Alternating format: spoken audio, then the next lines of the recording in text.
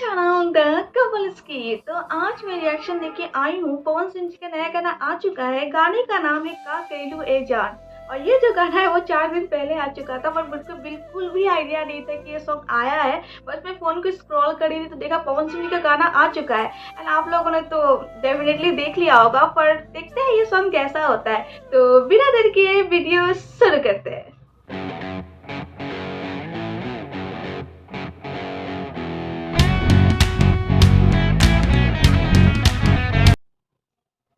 Pawan Singh official present.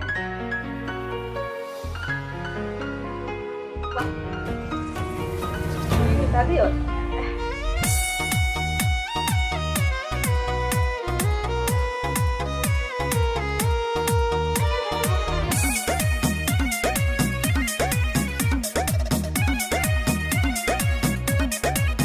सुन पगला मन करना दुखी, अब डोलिया ससुरा में रुकी।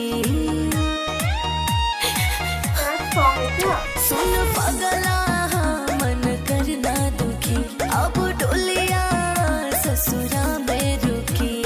तनी न मोहलू खुनवा रोवैलू छछन ताके परान जातारू फगुआ के रंग के फीका फीका कइलू ए जान कहवा से सिखलू दिलवा तूरे के तरीका ई का कइलू ए जान।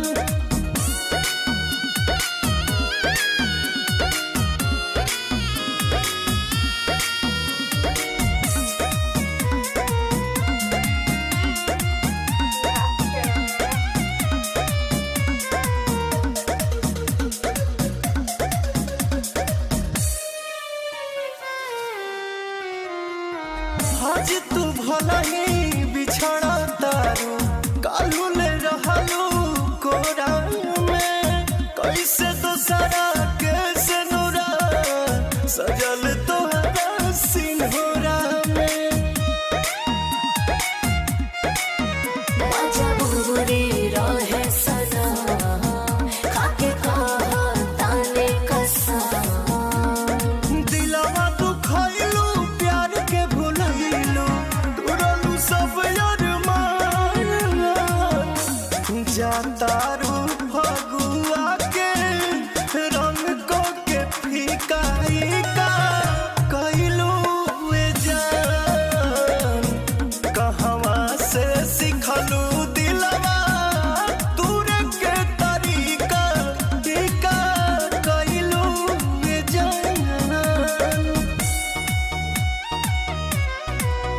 सारी चीजें सारी बोली उनके साथ, सारी चीजें याद आ रही।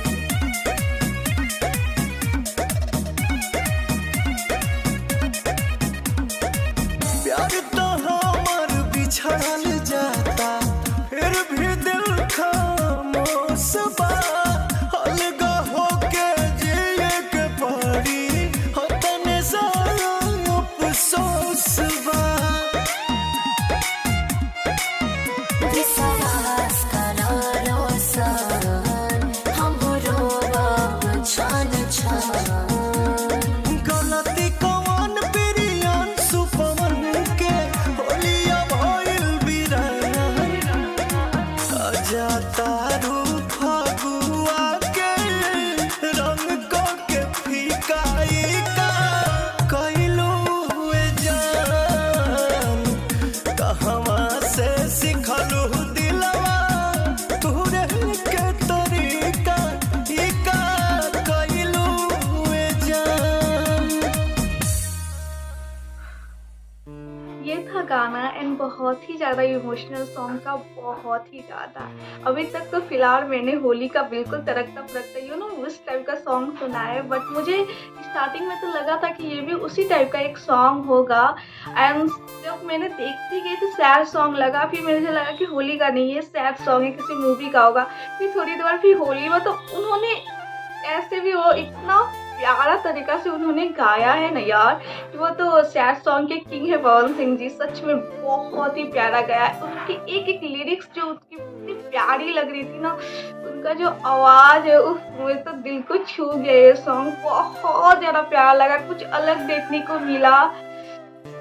थोड़ा मैं सैड भी हो गई सॉन्ग देख के, पता नहीं कि बहुत इमोशनल सॉन्ग था, एंड आप लोग भी मेरे साथ ये देख के फिर से इमोशनल हो गए आई नो। तो गाने के बारे में कुछ बातें आप लोग को बता दूं। गाने का नाम जैसे कि आप लोग जानते हैं का कहलू ए जान, सिंगर है पवन सिंह जी और अनुपमा यादव, लिरिक्स है Roshan Singh and music director है प्रियंशु सिंह। ये था गाना। आई होप आपको भी मेरे साथ ये रिएक्शन देखकर, मेरा रिएक्शन देखकर अच्छा लगा हो, एंड सॉन्ग तो बिल्कुल अच्छा है। अगर आप लोग को थोड़ा भी अच्छा लगा हो तो प्लीज़ हमारे वीडियो को लाइक कीजिए, कमेंट कीजिए, एंड आप अगर चैनल में हमारे नए हो तो प्लीज़ हमारे चैनल को सब्सक्राइब करके जाइएगा। मिलते हैं आप लोगों से नेक्स्ट वीडियो में, तब तक के लिए जय हिंद।